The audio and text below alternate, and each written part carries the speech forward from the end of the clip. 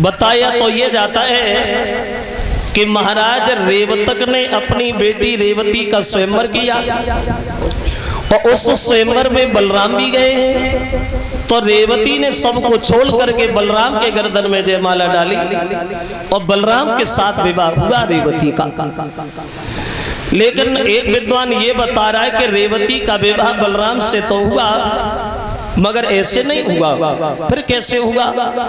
तो इसमें बड़ा शंका वाली बात है। उस विद्वान ने ये बताया ये रेवतक जो थे ये ब्रह्मा जी के पास ज्यादा रहते थे और ये रेवती का जन्म जो हुआ था ये रेवती सतयुग में पैदा हुई थी। लेकिन इसमें शंका वाली बात यह है कि रेवती जब सतयुग में पैदा हुई थी लेकिन बलराम तो युग द्वापर में आए थे। इसमें एक दो दिन नहीं बल्कि लाखों वर्षों का अंतर है। जो रेवती सतयुग में पैदा हुई थी सतयुग में ही जवान हो गई थी। सतयुग चला गया, त्रेता बीत गया, द्वापर आ गया, लेकिन रेवती का विवाह नहीं हो पाया। देखो वो कवि कहता है तो बीती गए युग तीनी अभूप मलिन भयति भाई तोले एक तक हुई गई रे माँ बिटिया की लम्बा। देखो सतयुग में रेवती पैदा नहीं जवान हो गई, लेकिन द्वापर युग आ गया, शादी नहीं हो पाई। तब तक रेवती की लंबाई जो थी वो 21 हाथ ऊंची हो गई, 21 हाथ लंबी रेवती। बीती गए युग तीन अभूप मलिन भयति भाई भयति भाई तोले 21 हाथ की हुई गई रे माँ बिटिया की लंबाई। तोले 21 हाथ की हुई गई रे बेटी की लंबाई। लेकिन पर हुई नहीं पाई शादी है भाई, जीवन की बर्बादी है।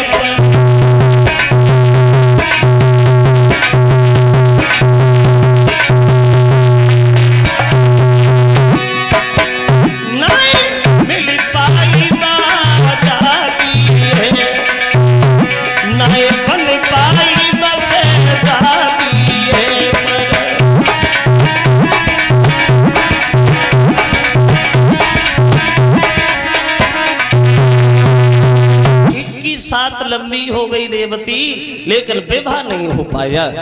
तो एक दिन ब्रह्मा जी से रेवतक को ध्यान आया तो बोले प्रभु हमसे तो बड़ा गलती हो गई, भूल हो गई। बोले कैसे? बोले हम तो तुम्हारे पास बने रहे, लेकिन हमारे घर में एक बेटी ने जन्म लिया था सतयुग में, द्वापर आ गया लेकिन शादी नहीं हो पाई। अब कोई ऐसा लड़का बता जहाँ हम अपनी बेटी की शादी करें। तो ब्रह्मा जी हंसने लगे, पागल हो रेवतक, लड़का पूछ रहे हो? अरे इतनी उम्र का तो कोई बूढ़ा भी नहीं मिलेगा। बोले सोचो। तो बोले काम करो, कन्हैया का अवतार हो गया है और उनके बड़े भैया बलराम हैं, तो उनसे शादी पक्की कर दो। अब नाई और ब्राह्मण को भेज दिया द्वारिका में और रेवती का विवाह बलराम से पक्का हो गया। अब किसी को ये तो पता नहीं है द्वारिका वालों को कि रेवती की लंबाई 21 हाथ ऊंची है, देखी तो थी नहीं किसी ने। और जब बारात द्वारिका से सज धज के अरुणत नगरी में पहुंची तो वो जयमाला लेकर के रेवती दरबार में आई, जो 21 हाथ लंबी थी रेवती। ले जयमाला संग सहेली लली सभा में आई,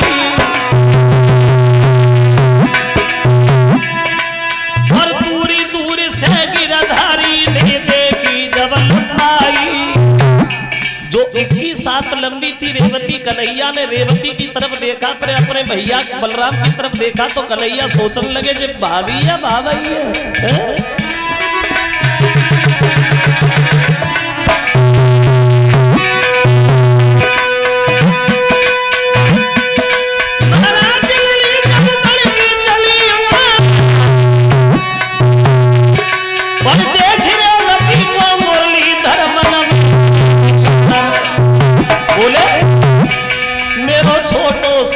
भैया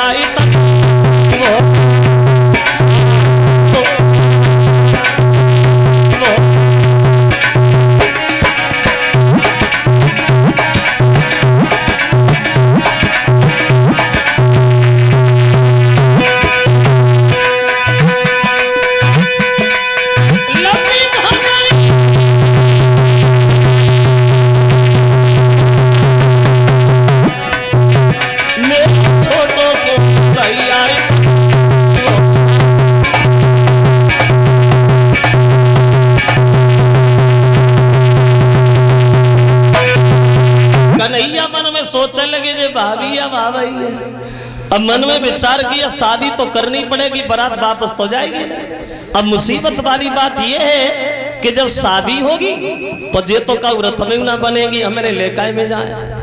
फिर कन्हैया ने मन में सोचा भैया इनसे कहेंगे मजबूरी है, पैदल ही पैदल चलो। अब कन्हैया ने मन में सोचा चलो ये भी हो जाएगा, लेकिन जब ये घर पे जाएंगी तो ये तो का दरवाजे में ना घुसेंगी, सब मकान दोबारा खसवाई के बनवाने पड़ेंगे। अब कन्हैया सोचने लगे चलो वो भी हो जाएगा, लेकिन सबसे बड़ी मुसीबत एक बात की है काई की। अब कन्हैया मन में सोच रहे सबसे बड़ी दिक्कत एक है, कैसे गुजर होई भैया की तनी लंबी घरवारी से, जा प्यार की गजरारी से।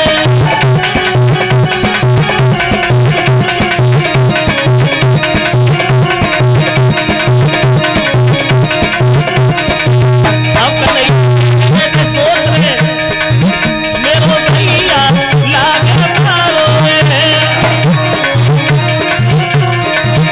राजा ने कहा विचारो है, अरे इतनी इतना भाई सगाई भाई ना नारी है ना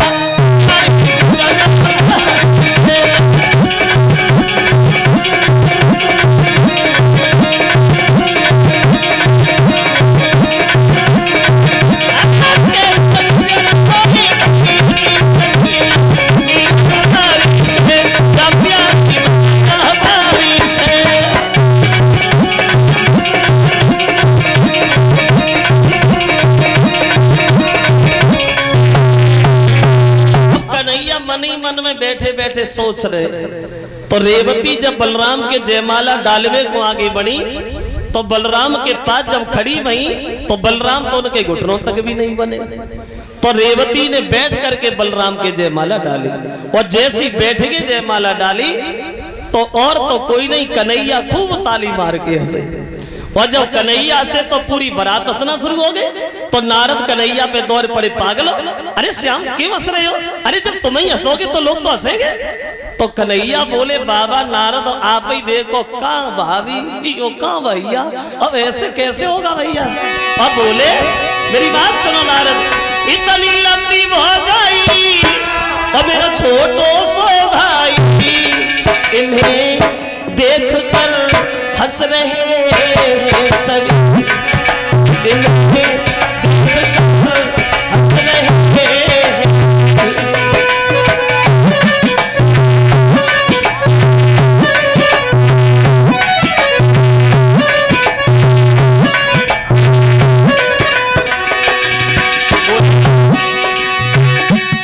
इतनी लंबी बात आई मेरा छोटो सो भाई, इन्हें देख कर हंस रहे सभी, इन्हें देख कर हंस रहे सभी।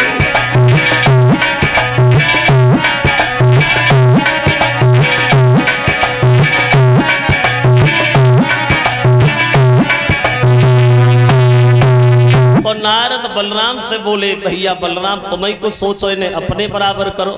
तो बलराम बोले क्यों बाबा कैसी बातें कर रहे हैं, इनमें कौन से बोलते हैं जो हम ढीले करे के छोटी करे। बोले सोचो। तो वो विद्वान ये बता रहा है कि बलराम ने अपनी शक्ति से रेवती को अपने बराबर किया और बलराम से रेवती की शादी भई। अब रेवती का विवाह तो बलराम से हुआ। अब देखे कन्हैया की पहली शादी कैसे भई, पहला विवाह कैसे हुआ। ये 251 रुपया आए हैं प्रमोद सिंह नाना जी जो अनमोला के रहने वाले हैं, और 101 रुपया